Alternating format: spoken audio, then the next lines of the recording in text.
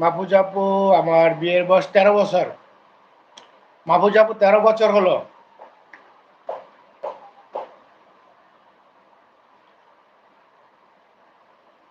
আমাদের প্রথমে একটা বাবু কনসেপ্ট করেছিল, কিন্তু বাবুটা এমনি নষ্ট হয়ে গেছে।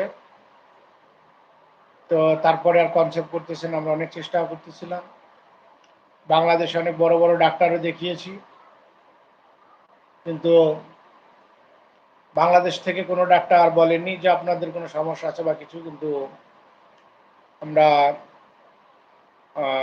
ডাক্তার একটাই কথা বলেছে, সে হচ্ছে যে আপনাদের কোনো সমস্যা নেই, আল্লাহরে ডাকেন, সৃষ্টিকর্তাকে ডাকেন, যদি সৃষ্টিকর্তা দেয় তাহলে পাবেন, কিন্তু আপনাদের কোনো সমস্যা নেই। এই আর কি, আছি, আল্লাহ ভরসা। হ্যাঁ, মাহফুজ বাবু বলেছে